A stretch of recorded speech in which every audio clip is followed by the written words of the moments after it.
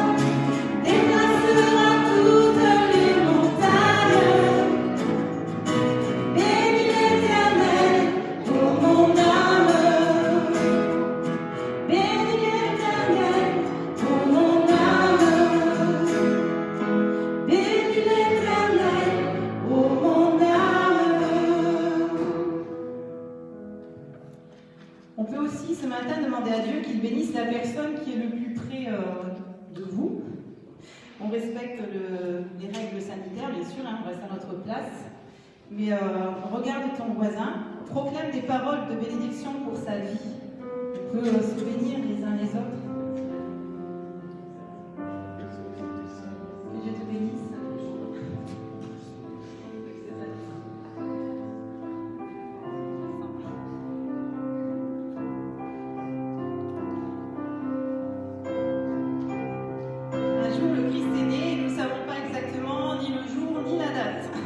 Alors, qui peut nous empêcher de chanter ce chant qui proclame sa venue? Si la terre et le ciel chantent, nous aussi, on peut chanter les merveilles de son amour.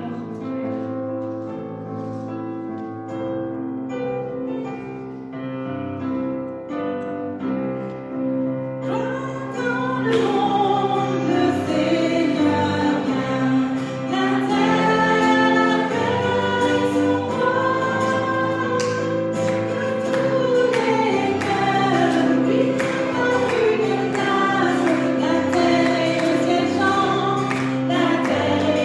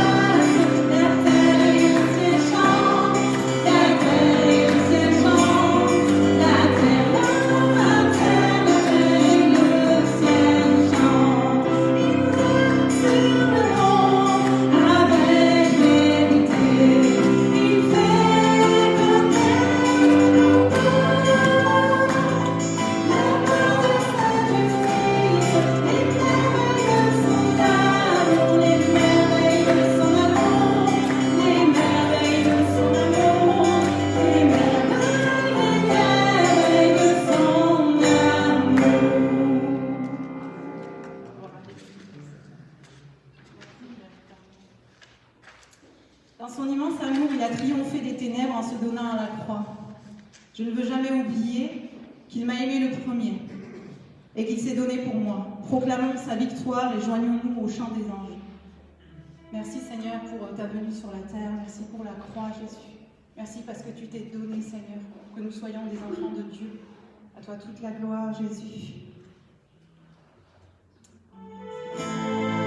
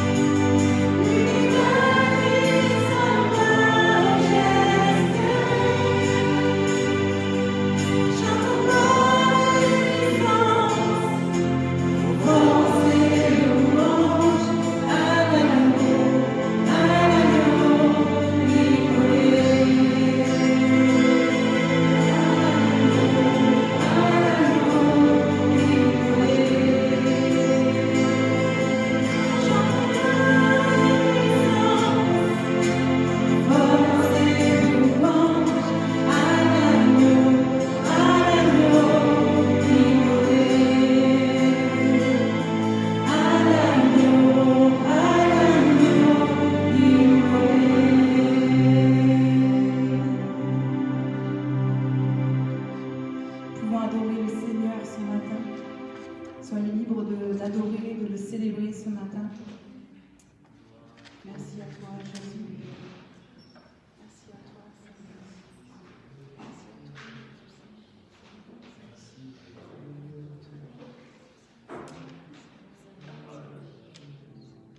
Il est vrai, Seigneur, que ce ne sont pas les morts qui louent ton nom, mais ce sont les vivants. Et ce matin, Seigneur, nous sommes là, vivants pour toi. Amen. Seigneur, aussi bien physiquement, mais surtout, Seigneur, spirituellement, tu nous as sauvés. Amen. Tu nous as redonné la vie alors que nous étions perdus, morts dans nos péchés. Seigneur, tu nous as sauvés, tu nous as libérés et tu nous as donné ta vie, la vie éternelle. Et ce matin, Seigneur, je ne peux pas rester la bouche fermée devant un tel amour, devant un tel sauveur, un tel Seigneur, devant un tel sacrifice, devant une telle grâce, moi qui ne méritais rien. Seigneur, tu es venu jusqu'à moi pour me sauver. Seigneur Jésus, ce matin, avec mes frères, mes sœurs, nous sommes là et nous voulons nous joindre à tous nos frères et sœurs dans le monde qui te louent, qui t'adorent, mais aussi aux anges comme nous l'avons chanté. Et nous voulons dire gloire à toi, Jésus. Gloire à toi, nous t'aimons de tout notre cœur. Amen.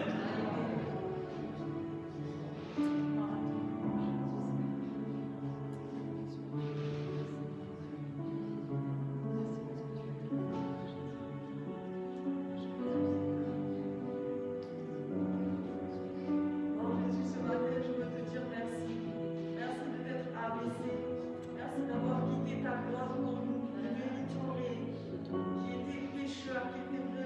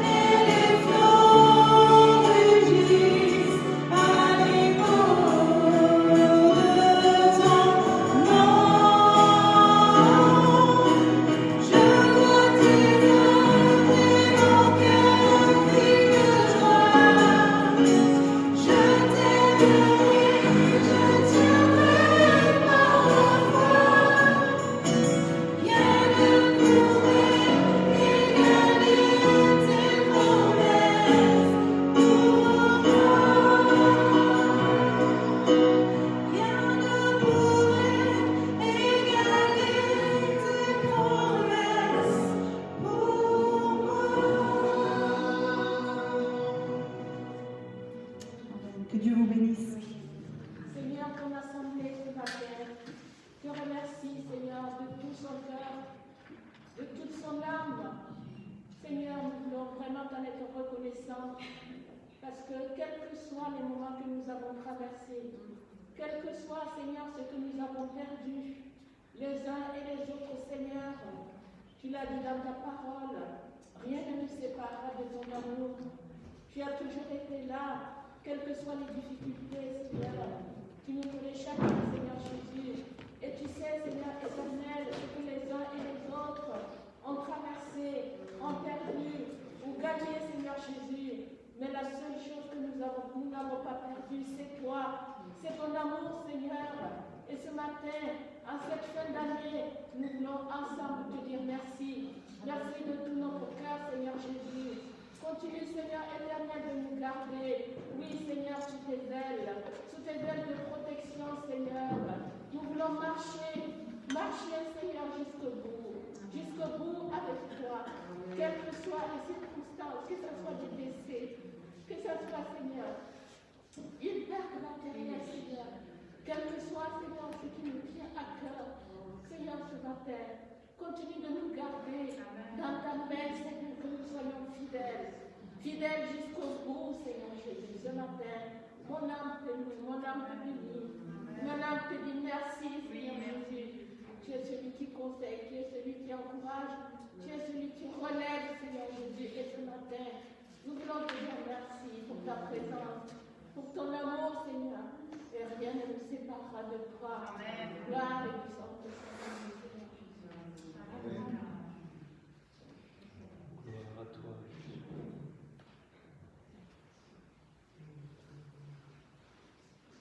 Gloire à toi.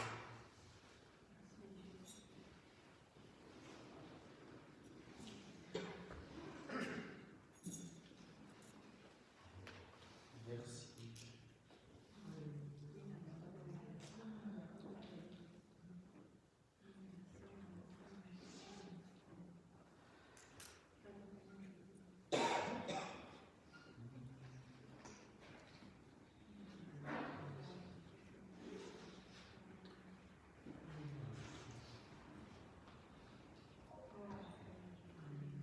Il est vrai, Seigneur, que beaucoup de gens disent vivement que cette année 2020 soit passée, car elle a été dure, difficile.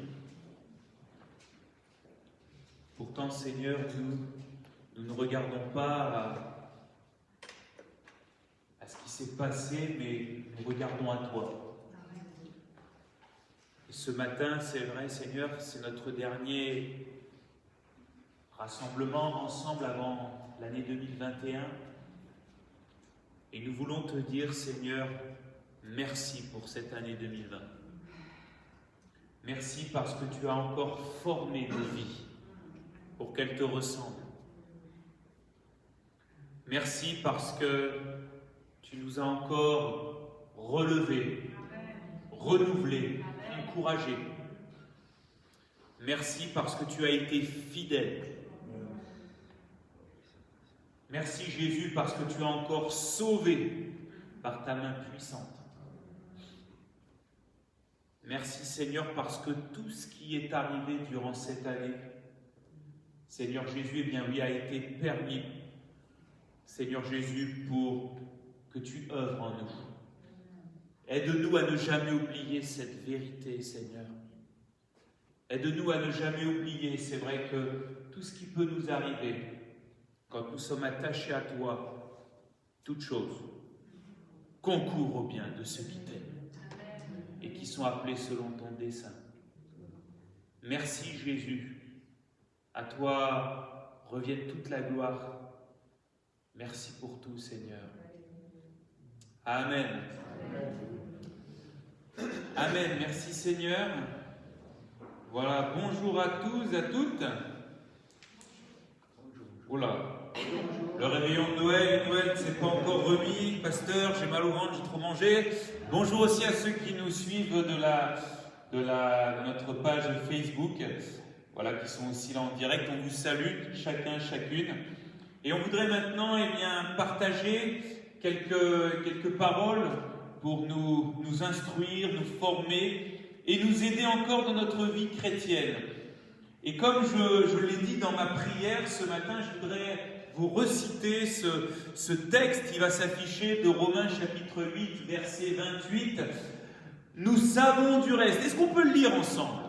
Essayons d'être dans la bonne cadence. Nous savons du reste que toute chose concourt au bien de ceux qui aiment Dieu et de ceux qui sont appelés selon son destin. Est-ce que tu le crois? Pas simplement que quand tout va bien dans ta vie et que oui, ça concourt au bien de ceux qui aiment Dieu. Non, Seigneur, c'est pas quand tout me sourit que tout concourt au bien de ceux qui aiment Dieu. Cette parole, elle s'applique aussi quand tout va mal. Cette parole, elle s'applique aussi quand je passe par des moments de crise, des moments difficiles, des moments compliqués. Est-ce que je suis capable d'écouter la voix du Seigneur par sa parole qui me dit « Ne crains pas, ne t'inquiète pas, toute chose concourt au bien de ceux qui m'aiment. » Et tu en fais partie, ma sœur, tu en fais partie, mon frère. Si tu aimes Dieu, si tu as donné ta vie à Jésus et que tu marches dans le dessein que Dieu a pour toi, alors cette parole, elle est pour nous. Elle est pour chacun d'entre nous. Et je voudrais vous dire, Dieu n'est pas un homme pour mentir. Je vais aller encore plus loin. Dieu est esclave de sa parole. Ce qu'il dit, il l'accomplit.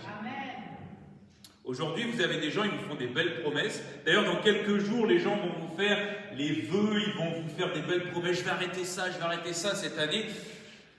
Généralement, dans les jours d'après, ils recommencent. Parce que la parole d'un homme, malheureusement, elle a peu de puissance en pratique.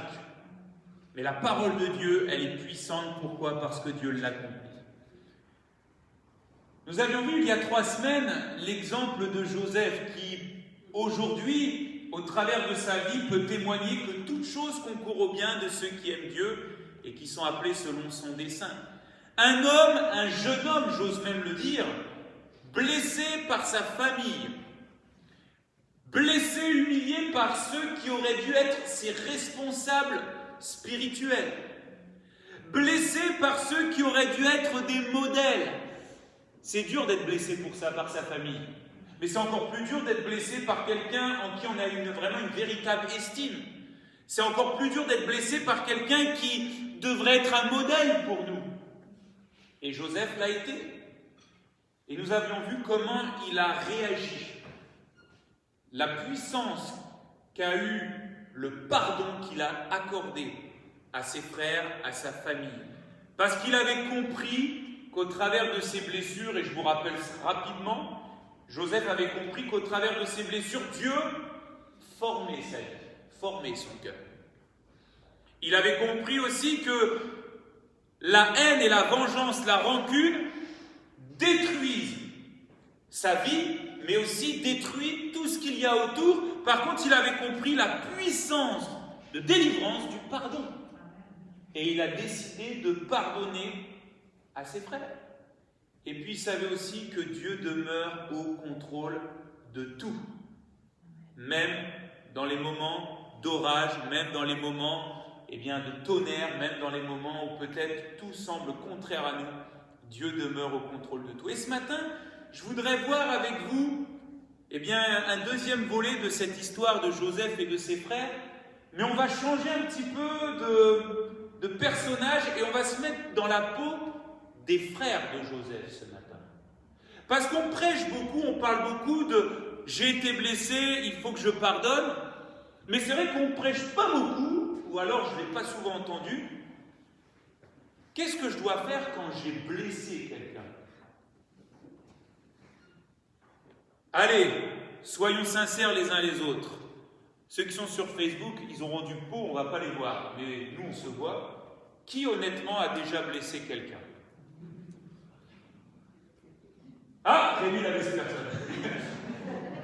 On a tous blessé à un moment donné quelqu'un, peut-être volontairement, peut-être involontairement. Je ne vous parle pas des gens qui sont des frustrés de la vie. Vous avez des gens, vous leur dites quelque chose, vous mettez les formes et puis en fait ils sont blessés parce que de toute façon si vous leur dites quelque chose qui ne va pas dans leur sens, ils sont blessés. Bon, on ne parle pas de ça.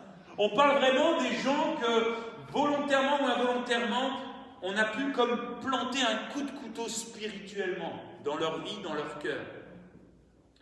Et justement, que faire quand je sais que j'ai blessé quelqu'un? Est-ce qu'on peut lire l'histoire des frères de Joseph? Est-ce que tu peux nous l'afficher? Genèse, chapitre 45. Alors c'est la fin, on va faire un petit résumé, mais c'est la fin un petit peu de cette histoire. Il est écrit ceci. Joseph va leur parler, va leur dire ceci, c'est la confrontation entre Joseph et ses frères. Maintenant, ne vous affligez pas et ne soyez pas fâchés de m'avoir vendu pour être conduit ici. Ne soyez pas fâchés contre vous-même, littéralement. Car c'est pour vous sauver la vie que Dieu m'a envoyé devant vous. Voilà 2 ans que la famine est dans le pays, et pendant 5 années encore, il n'y aura ni labour ni moisson. Verset 7. Dieu m'a envoyé devant vous pour vous faire subsister dans le pays et pour vous faire vivre par une grande délivrance. Ce n'est donc pas vous qui m'avez envoyé ici, mais c'est Dieu. Il m'a établi père de Pharaon, maître de toute sa maison et gouverneur de tout le pays d'Égypte. Hâtez-vous de remonter auprès de mon père et vous lui direz, ainsi a parlé ton fils Joseph, Dieu m'a établi seigneur de toute l'Égypte. Descends vers moi, ne tarde pas, tu habiteras dans le pays de Goshen, et tu seras près de moi, toi, tes fils, et les fils de tes fils, tes brebis et tes bœufs, et tout ce qui est à toi. Là, je te nourrirai, car il y aura encore 5 années de famine, et ainsi tu ne périras point, toi et ta maison, et tout ce qui est à toi. Vous voyez de vos yeux, et mon frère Benjamin voit de ses yeux que c'est moi-même qui vous parle. Et les derniers versets, racontez à mon père toute ma gloire en Égypte, et tout ce que vous avez vu, et vous ferez descendre ici mon père au plus tôt. Écoutez ça, c'est intéressant. Il se jeta au cou de Benjamin son frère, il pleura, et Benjamin pleura sur son cou. Et cette dernière parole, il embrassa aussi tous ses frères en pleurant. Après quoi, ses frères s'entretinrent avec lui. Il n'y a pas de plus belle fin que celle-ci.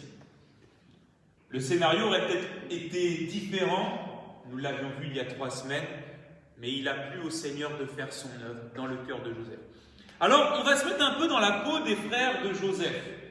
Allez, pour quelques minutes, mettons-nous un petit peu à leur place.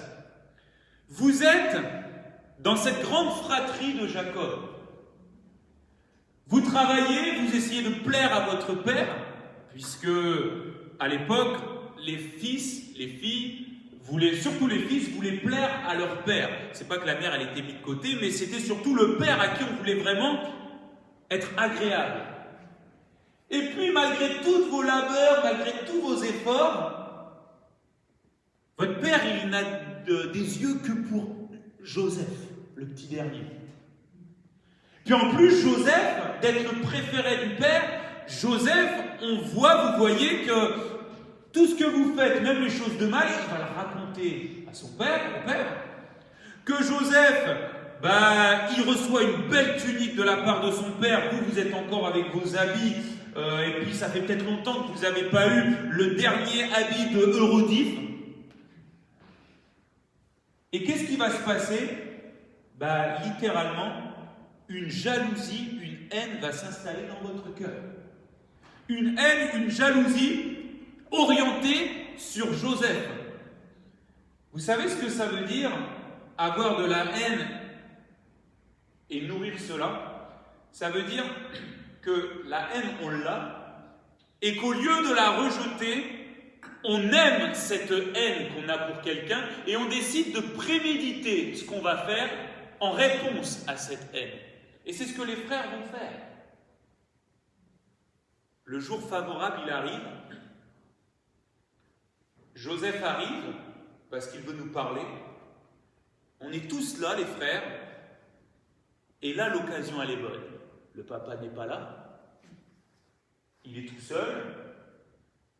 Alors, qu'est-ce qu'on va faire? On va maintenant s'en débarrasser. On va littéralement lui faire sa fête. Alors, qu'est-ce qu'on fait? On va va pas par 4 chemins, on va le tuer. Et puis non, parmi les frères, il y en a un qui dit, non, faisons pas ça, attendez, c'est quand même grave. Ah ouais, c'est vrai, t'as raison. Bon, allez, on va le balancer dans une espèce de puits, on va le jeter là-dedans et puis on va le vendre. On va le vendre, eh bien, au premier passant venu, on va prendre ses vêtements, on va tuer un animal, on va mettre du sang sur ses vêtements et on dira à papa, ton fils il est mort. Et c'est ce qu'ils vont faire. Comme ça, nous, on n'a pas à souffrir du fait d'avoir tué notre frère, on l'a simplement vendu, tout le monde, eh bien, je veux dire, sera bien et la vie continuera. Et on sera débarrassé du chouchou, du préféré. Alors c'est fait. Joseph est vendu, les frères rentrent chez papa Jacob. Oh, papa, tu sais pas quoi, Joseph il est mort, il s'est fait manger par une bête. Et nous on n'a rien fait, on regarde, il y a sa tunique, il y a sa tunique. Et puis alors le père, pourquoi? C'est bon, quelques jours de deuil, quelques mois de deuil, le chagrin est passé, même si Joseph reste certainement dans les pensées. Et ça y est, la vie reprend son cours. On est débarrassé de Joseph. Maintenant, chacun peut avoir sa place de préféré auprès de papa Jacob. Et puis un jour, alors que le plan semble avoir bien marché et que le plan est enterré, que rien n'est ressorti, mais laissez-moi vous dire, mes frères et sœurs, faisons attention parce que quand des fois on cache des choses, le Seigneur permet des bons petits coups de Mistral dans nos vies pour des fois refaire ressurgir certaines choses qu'on n'a jamais réglées mais qu'on a plutôt enterrées, enfouies. Et c'est ce qui va se passer. Un jour, une grande famine va frapper une partie du monde. Et devinez quoi? Le territoire où se trouve Jacob et sa famille est frappé de plein fouet par cette famine. Alors, on se demande ce qu'on va faire. Ah, on a la dernière nourriture, là, les derniers aliments, ça y est, on n'a plus rien à manger. Et puis on entend qu'en Égypte, il y a l'abondance. Et puis qu'en Égypte, il y a un ministre, le premier ministre, qui alors lui, il gère super bien, et en plus de bien nourrir les Égyptiens, eh bien il nourrit même tous ceux qui viennent. Alors papa Jacob envoie ses fils, et on y va, on va en Égypte. On va aller demander de la nourriture. On arrive en Égypte, et alors là, le choc est terrible. Le Premier ministre, le numéro 2 du royaume, celui qui gère bien les ressources, c'est Joseph! Il ne va pas nous donner à manger, il va plutôt nous donner à manger aux autres. Et là, le choc va être terrible. Imaginez-vous à la place des frères. Que va faire Joseph de nous? Il a le pouvoir, il a les ressources, il a tout. Un geste au soldat, il peut nous mettre à mort. Un geste au soldat, il peut nous mettre en prison comme nous, on a participé à sa mise en prison. On ne reviendra pas d'Égypte vivant. Et à la grande surprise, Joseph pardonne à ses frères. Alors, ce matin, mon deuxième et avant-dernier point, c'est celui-ci. Qu'est-ce qui peut aujourd'hui, mes frères et sœurs, en prenant l'exemple des frères de Joseph, qu'est-ce qui peut nous conduire aujourd'hui à blesser notre prochain? On va dire que plus de 90%, c'est toujours la même chose, c'est notre orgueil personnel. Quand je dis orgueil, c'est quoi? La jalousie qu'on peut avoir pour quelqu'un peut nous amener à le blesser, volontairement ou involontairement. Je ne vais pas parler de subconscient, je ne suis pas un professionnel en la matière, mais la jalousie peut nous entraîner à blesser notre prochain, et la jalousie, c'est de l'orgueil, parce que l'orgueil, c'est pas se mettre en avant, l'orgueil, c'est quand mon moi, il prend la première place, c'est ça l'orgueil. Donc si je suis jaloux, c'est que j'envie quelqu'un, donc mon moi, il a la première place. Je suis donc orgueilleux. Ensuite, qu'est-ce qui peut faire qu'on a été blessé, qu'on blesse quelqu'un plutôt? Ben justement oui, parce qu'on a été blessé. Les frères de Joseph ont blessé Joseph parce qu'eux-mêmes étaient déjà blessés dans leur cœur. Pourquoi? Parce que de voir leur père préférer Joseph à eux a été pour eux une blessure. Mais ça reste de l'orgueil. N'oubliez pas, mes frères et sœurs, et c'est peut-être dur à dire, surtout quand on a été blessé, mais si je suis blessé et si je ne règle pas ça devant le Seigneur, la Bible appelle cela de l'orgueil. Parce que si je suis blessé, c'est que mon moi, il est toujours à la première place. Un jour, quelqu'un va me dire ceci, il va me dire, alors, évidemment, il l'a fait à part, mais il me dira, alors qu'on avait fait un enterrement, il m'avait dit, qu'est-ce qui se passe si tu insultes la personne qui est dans le cercueil? Bah, pas grand-chose. D'accord. Qu'est-ce qui se passe si, bon, c'est jamais, si tu pètes un plomb et que tu décides de frapper le cercueil? Bah, pas grand-chose, il risque de tomber, mais pas grand-chose. Qu'est-ce qui se passe si tu commences à déblatérer sur lui? Bah, rien. Pourquoi? Parce qu'il est mort, donc il ne réagit pas. Et il m'a dit, c'est ça la vie chrétienne. La vie chrétienne, si tu veux triompher de l'orgueil de ton ego, il faut que ton moi intérieur il meure. Et quand ton moi intérieur il meurt, on peut dire ce qu'on veut de toi, on peut te critiquer, on peut t'en balancer des bonnes. Tu ne réagis pas parce que tu es en Jésus-Christ mort. Waouh! C'est une formation de tous les jours, mes frères et sœurs. Mais en tout cas, oui, quand on a été blessé, on peut blesser à notre tour. Et puis peut-être aussi, pourquoi on peut être conduit à blesser notre prochain? Pas parce qu'on a envie de se mettre en avant. Vous savez, je pense en particulier tout ce qui est la moquerie.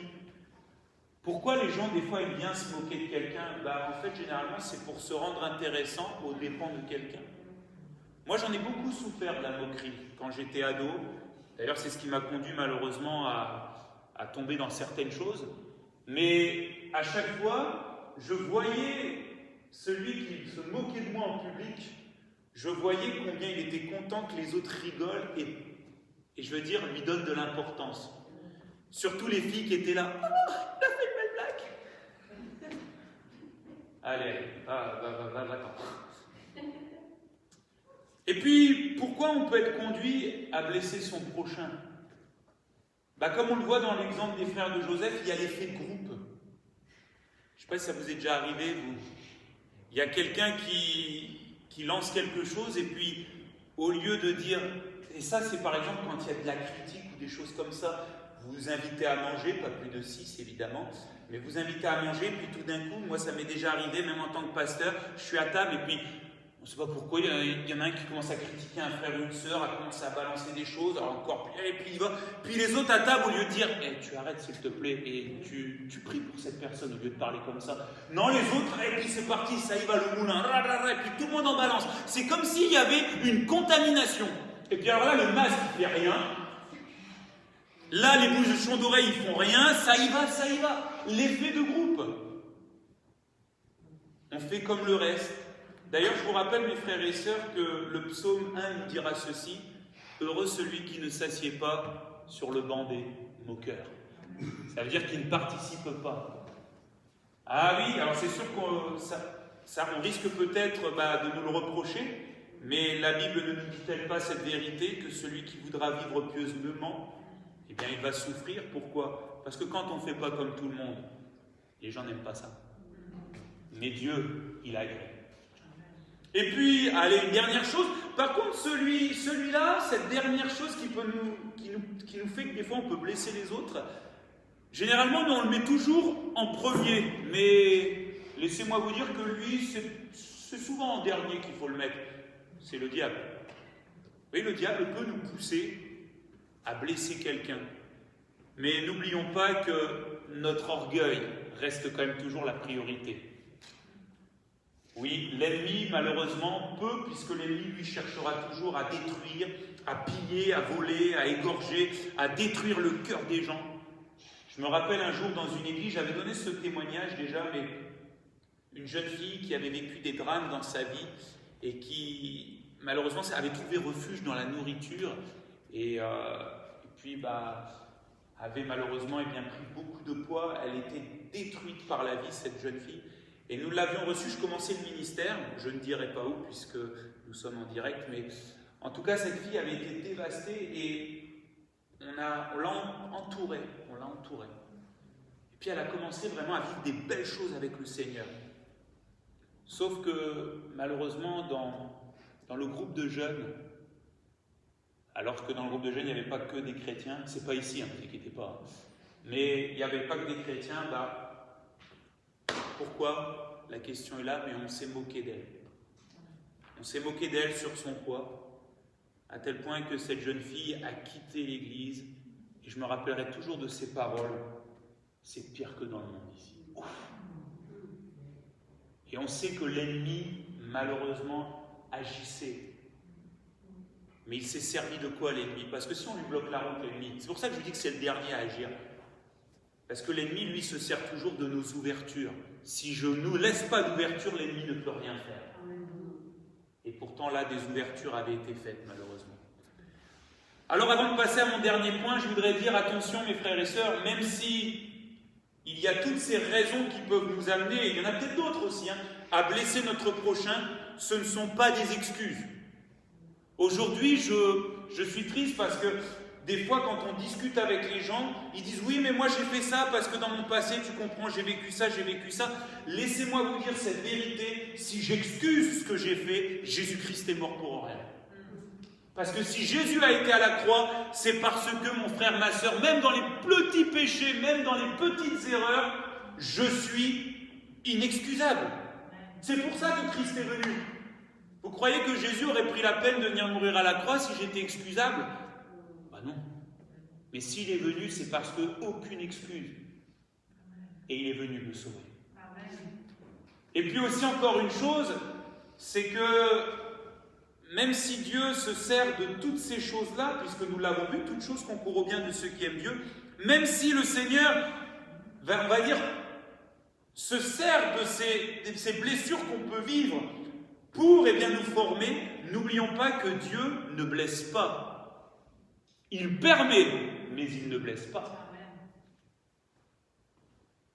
Et ça, c'est important à souligner. Alors, dernier point, que faire quand on a blessé quelqu'un? J'aimerais le dire déjà, soit Dieu nous révèle les choses dans notre cœur, et cela m'est déjà arrivé. Le Seigneur me montrait, me disait, là, tu as blessé cette personne, alors vas-y maintenant. Vas-y dans le sens, va régler les choses qui sont à régler. Ou alors la personne vous le dit directement, ça c'est ce que la Bible appelle quand il dit ils se parlèrent l'un à l'autre franchement. Ou alors on sent des fois un mal-être. Mais il y a plusieurs manières où on voit qu'on a blessé quelqu'un. Et que faire maintenant quand on a blessé quelqu'un? Eh bien, les frères de Joseph nous montrent l'exemple.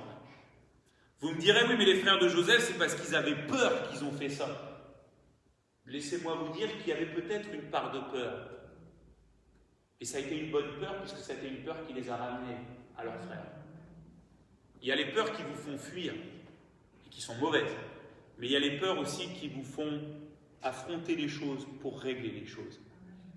Alors la première des choses, quand on a blessé quelqu'un, déjà, je vous le répète, c'est si un jour vous avez blessé quelqu'un et si soit vous ne prêtez pas attention, ou si vous dites non, mais c'est pas grave, laissez-moi vous dire, des famines spirituelles risquent de vous toucher.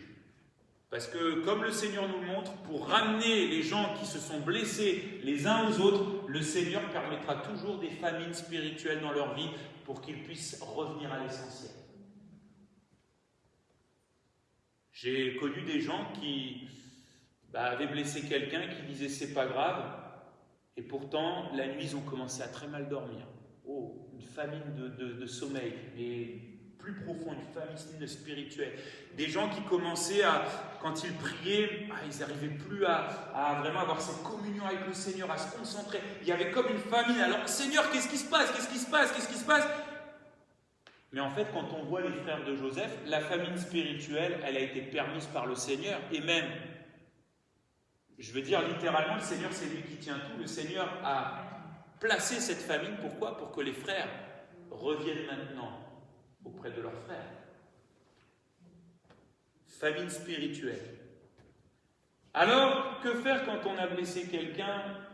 La première, et ça c'est la plus dure, parce que notre moi il n'a pas envie, c'est reconnaître ce que l'on a fait. C'est dur de reconnaître, hein, mais de reconnaître véritablement, pas de dire non mais Seigneur en fait oui je l'ai fait, mais tu comprends, c'est le frère Alain là, il m'a influencé, donc tu vois en fait c'est lui. Désolé, c'est pas vrai, mais je prends un exemple. Non, c'est reconnaître ce que l'on a fait, comme Nathan, quand il va aller voir David, qui a pris Bathsheba, qui a fait mourir son mari Uri, Nathan lui dit, tuez cet homme-là, et David va tomber. Oui, c'est vrai. D'ailleurs, nous le voyons dans ses psaumes, quand à un moment donné, il dira ceci, mais je suis malheureux. Reconnaître. Quand on reconnaît ce que l'on a fait, ça amène tout de suite, non pas l'humilité, mais ça amène déjà l'humiliation. Parce que, du piédestal peut-être où on était, quand on a blessé quelqu'un et qu'on le reconnaît, déjà on tombe très vite de notre piédestal et on se retrouve humilié. Je ne sais pas vous, mais quand les frères de Joseph et même nos vies, quand on sait dans notre cœur qu'on a blessé quelqu'un et qu'on est sincère devant Dieu, évidemment, on se sent vraiment mal. D'ailleurs, pourquoi la Bible et Jésus dira ceci? Si tu sais que tu as quelque chose contre ton frère ou que quelqu'un a quelque chose contre toi, laisse, ta prière, laisse ton offrande, laisse ton argent que tu voudrais donner, laisse peut-être ton instrument que tu voudrais jouer, laisse ton micro que tu voudrais prendre pour parler en public, laisse tout ça et va te réconcilier. De toute manière, dans ton cœur, tu sens qu'il y a un terrible malaise. Reconnaître ce que l'on a fait. Est-ce que tu peux nous remettre, s'il te plaît, le verset 5? Tu reviens en arrière, s'il te plaît. Regardez les frères de Joseph. Maintenant, ne vous affligez pas et ne soyez pas fâchés, donc littéralement contre vous-même de m'avoir vendu pour être conduit. Donc Joseph, savait que dans le cœur de ses frères, il reconnaissait pourquoi? Parce qu'ils étaient affligés, ils étaient fâchés contre eux. Mais c'était la première étape. Je reconnais, c'est vrai, je suis affligé, je suis énervé contre moi, je me sens mal, mais même si cette première étape est arrivée, je ne dois pas rester dans cette étape, parce que sinon ça va entraîner une culpabilité, ça peut entraîner des choses pires.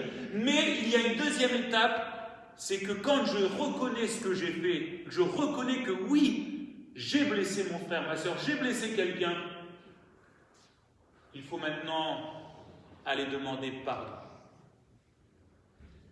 Non pas je m'excuse, parce que je m'excuse, vous le savez, il y a le M apostrophe, qui est en fait moi. Je m'excuse, ouais mais t'excuses pas, parce que quand tu as blessé quelqu'un, si tu te blesses toi-même, tu t'excuses, et si tu blesses quelqu'un, tu n'as pas à t'excuser. Je suis désolé. Le pardon n'est pas une excuse, n'est pas un désolement. Le pardon, littéralement, c'est déclarer que je suis fautif, déclarer avec humilité et avec sincérité que je suis fautif, et je demande à ce que cela ne me soit pas tenu en rigueur. Quand je demande pardon à quelqu'un, en fait, je reconnais vers cette personne que je lui ai fait du mal, je m'humilie devant elle et je lui demande littéralement de me faire grâce, c'est-à-dire de renoncer à une vengeance ou à une poursuite ou à quelque chose qu'elle pourrait faire pour répondre à mon offense. Et pas pour quelques jours, quelques mois, et ni pour quelques années, mais pour que ce soit effacé. Effacé. Vous savez, des fois, il y a des gens, ils vous disent « je pardonne, mais j'oublie pas ». Des fois, on demande pardon, les gens nous pardonnent, et puis bam, des années après, on vous ressort en pleine face ce que vous avez fait. Ça, ce n'est pas du pardon. Ce n'est pas une demande de pardon, et ce n'est pas accorder le pardon. Parce que laissez-moi vous dire, quand nous sommes venus à Jésus et que nous lui avons demandé pardon, qu'est-ce que Jésus a fait? Il a pris nos péchés et il les a jetés au fond de l'océan. L'océan Pacifique, la fosse des Mariannes, fait quasiment plus de 10 000 mètres de profondeur, quasiment 11 km de profondeur. Essayez d'aller chercher quelque chose qui a été balancé au fond, vous n'y arriverez jamais. Et bien la Bible nous dit que Jésus a pris nos péchés quand nous lui avons demandé pardon, il les a jetés au fond de l'océan et il les a oubliés. Ce qui veut dire que Jésus ne rebalancera pas tes péchés le jour où tu vas retomber. Il ne dira pas, tu te rappelles, quand tu es venu, tu avais fait ça. Non, ça c'est le diable. Parce que le diable, lui, se nourrit d'un panel de tous nos péchés. Il a tous nos péchés devant lui et tout ça, et puis il aime bien les ressortir à les mettre. Il a fait ça en 2010. Allez, tiens, allez, vas-y, je te le ressors. Ouais, mais tu n'as plus à me ressortir ça. De toute façon, tu peux me les ressortir, il n'y a pas de problème. Jésus, lui, il a tout pardonné. Pour l'éternité. Et quand je demande pardon, c'est dans cette pensée de demander à la personne que j'ai blessée, déjà de reconnaître que je reconnais ce que je lui ai fait, que je m'incline devant lui et que je lui demande de ne plus en tenir rigueur, c'est-à-dire de jeter ça au fond de l'océan, spirituellement parlant. Implorer le pardon d'un cœur sincère. Est-ce que tu peux nous mettre le verset 15 et j'ai bientôt fini? Le verset 15, on l'a lu, mais regardez ce qui va se passer. Il embrassa aussi tous ses frères en pleurant, Joseph. Vous savez qu'à l'époque, quand on prenait quelqu'un dans ses bras, quand on l'embrassait, c'était pas une salutation, c'était pas « Ah, salut !» Non, non. Merci Seigneur, aujourd'hui avec les masques, on ne le fait plus, mais en tout cas, non, quand on embrassait quelqu'un, il y avait, de la part des deux personnes qui s'embrassaient, c'est-à-dire qui se faisait vraiment un lien, il y avait une demande de pardon et une demande de pardon et une réponse de pardon. Vous voyez ce texte-là avec le fils prodigue et son père. Quand il a blessé son père, ce fils prodigue, il a dit à son père, donne-moi ma part qui est due. En fait, il disait à son père, en fait, t'es vivant, mais t'es comme si pour moi t'étais mort. Quel affront terrible. Le cœur du père a été blessé, parce qu'un héritage, vous l'avez que quand votre père, votre mère, un membre de votre famille est mort. Sinon, tant qu'il est vivant, vous n'avez pas d'héritage. Et lui, il dit, t'es mort. Quelle blessure. Et pourtant, quand il revient au père, son père, la Bible nous dit qu'il va courir dans ses bras, il va le prendre, il va l'embrasser. Pourquoi? Parce qu'il y a une demande du pardon du fils et un pardon qui est accordé. Et à ce moment-là, les frères, s'ils n'avaient pas demandé pardon à Joseph, ils auraient refusé cela. Mais Joseph vient, il les embrasse et eux, ils acceptent. Pourquoi? Parce qu'ils demandent pardon à Joseph et Joseph leur accorde son pardon. Oh, si on s'arrêtait là, ce serait super, mais il reste un dernier point. Que faire quand j'ai blessé quelqu'un? Oui, reconnaître, demander pardon. Mais il y a un point qu'il ne faut pas oublier. Est-ce que tu peux nous mettre le dernier texte, le 46, verset 29, s'il te plaît? Genèse 46, verset 29. Regardez un petit peu ce qui est écrit. Je te l'ai lu? Non, je ne l'ai pas lu. Sinon, je vais vous le lire. Genèse, chapitre 46, verset 29. On a eu un petit oubli, c'est pas grave. Hop. Si vous voulez le suivre avec moi dans votre Bible, hop. Genèse 46, verset 29. Hop.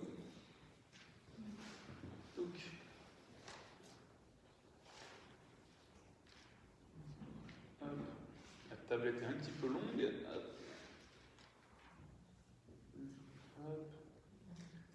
Voilà.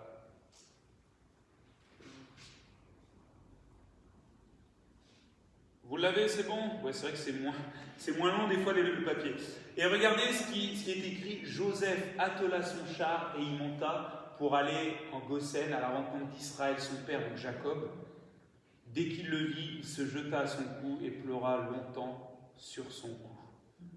Mon dernier point ce matin, quand je sais que j'ai blessé quelqu'un, oui, c'est beau de reconnaître les choses, c'est beau de demander pardon. Mais si je peux, la Bible me dit d'aller encore plus loin. Elle me dit de réparer l'offense que j'ai faite. Ça veut dire quoi, réparer l'offense que j'ai faite? Alors quand on peut, évidemment, parce que des fois, il m'est arrivé d'avoir des personnes qui ont blessé quelqu'un, cette personne est décédée. Mais réparer, ça veut dire quoi? Réparer, ça veut dire, avec l'aide du Seigneur, ramener la situation de la personne dans l'état de l'avant-offense. Comprenez ce que je suis en train de dire? Ramener la personne, quand je peux évidemment, dans l'état qu'elle était avant l'offense. On le voit, les frères ont obéi à Joseph, ils ont ramené le père en Égypte, et Joseph a pu retrouver son père, et il s'est, à nouveau, on pourrait dire, il s'est rapproché, il a été à nouveau avec son père a été avec lui. La situation de l'avant-offense, c'était Joseph qui était avec son père. La situation aujourd'hui, les frères ont réparé, ils ne se sont pas contentés de dire c'est bon, il ne nous fera plus de mal, on peut mener notre vie comme on veut. Non, ils ont réparé, ils ont ramené le père au cœur du fils, ils ont ramené le fils au cœur du père. Aujourd'hui, et ce sera la fin pour ce matin, aujourd'hui, oui, combien des fois de personnes dans nos églises, pourquoi je parle aux chrétiens, pourquoi? Parce que, étant nés de nouveau, nous avons l'Esprit qui parle à nos cœurs. Mais combien des fois de gens, ils ont fait du mal, ils reconnaissent les choses, ils demandent pardon, il y en a même des fois, ils ne vont pas demander pardon à la personne, mais ils demandent pardon au Seigneur, ils disent c'est bon Seigneur, je t'ai demandé pardon, c'est bon. Ah non, mais le Seigneur, il fait comprendre clairement les choses dans l'exemple. Oui, c'est bien de demander pardon au Seigneur. Mais si je demande pardon au Seigneur, ça va brûler dans mon cœur pour aller voir la personne, pour lui demander pardon. Et quand elle m'a accordé son pardon, laissez-moi vous dire, le Seigneur va mettre dans mon cœur un fardeau pour régler les choses. Je vous donne un témoignage juste pour vous expliquer les choses. Il m'est arrivé un jour, comme certainement plusieurs d'entre nous, d'avoir blessé quelqu'un et d'avoir fait une mauvaise pub de cette personne à plusieurs. Vous voyez ce que je veux dire? Parler de quelqu'un, vous allez voir la sœur, tu sais quoi, le tel. Parce qu'en fait, cette personne m'avait fait du mal et moi j'ai riposté. Et j'ai été voir plusieurs personnes pour littéralement le discréditer. Je peux vous dire que ça a fait du bien sur le moment. Mais ça a fait beaucoup de mal après. Et puis, comme les frères de Joseph, à un moment donné, famine spirituelle dans ma vie, j'ai reconnu les choses. J'ai été voir la personne, ça a été très dur, je lui ai demandé pardon, elle m'a demandé pardon aussi, puisqu'il y avait une blessure réciproque. Et puis, le Seigneur a mis dans mon cœur d'aller voir toutes les personnes à qui j'avais parlé. Et je suis allé voir ces personnes, et les unes après les autres, je leur ai dit, déjà je vous demande pardon, et je voudrais vous dire que cette personne n'est pas la personne que je vous ai décrite. Cette personne, elle aime le Seigneur. Oui, elle m'a fait du mal, mais on s'est pardonné, cette personne. Et j'ai commencé à restaurer, on va dire, dans la manière d'envoyer les gens, j'ai commencé à restaurer cette personne avec l'aide du Seigneur. C'est ça, réparer. J'ai fait du mal à quelqu'un en volant quelque chose. Je me rappelle de ce frère dans le nord de la France qui avait piqué du matériel à son patron. Et quand le Seigneur a touché son cœur, il a été voir son patron, il lui a demandé pardon. Mais il a dit à son patron, je vous ramène tous mes outils que je vous ai volés. Le patron, il a dit, c'est la première fois que je vois quelqu'un me ramener tous mes outils. Parce que ça fait des années qu'on me pique des choses. Et il a dit, je te les offre. Ah mais non, c'est possible, je te les offre. Mais voyez, réparer. Et mes frères et sœurs, c'était les points que je voulais voir avec vous ce matin. Ils ne sont pas compliqués à comprendre. Mais si j'ai blessé quelqu'un et que je le sais, je reconnais les choses, je m'humilie. Je fais tomber mon moi. De toute façon, mon moi, excusez-moi, mais il n'a qu'une place. Mon moi doit être sous mes pieds. Et Christ doit régner.